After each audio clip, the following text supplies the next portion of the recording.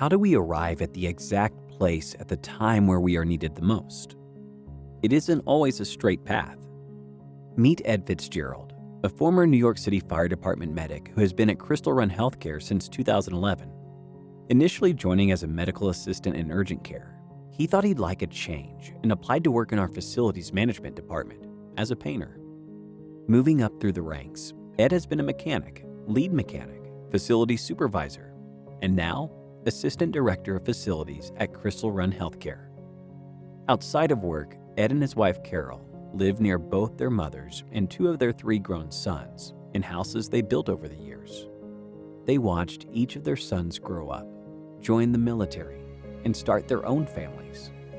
They are proud grandparents and have been present for the birth of each of their grandchildren. In March of 2020, when the pandemic was born, so was their latest grandson. They had to put their hopes to see their newest grandchild born on hold. Ed and the facilities team scrambled to support clinical teams as they worked to safely test patients outdoors, sourcing tents, working overtime, and solving problems every hour of every day so coworkers could do their jobs in livable conditions. Though used to challenges, COVID-19 was new territory for Ed and the facilities team. Having been in their shoes, Ed understood the needs of the clinical staff. He made sure that buildings were open, structures were safe, the patients could be seen. On the home front, Ed wanted to protect Carol, who was caring for his mother and hers. Each day when Ed returned home, his clothes went directly into the washing machine, and he kept to a different part of the house. Doing all the shopping and keeping distant from beloved grandkids were all part of the sacrifices that his daily life required.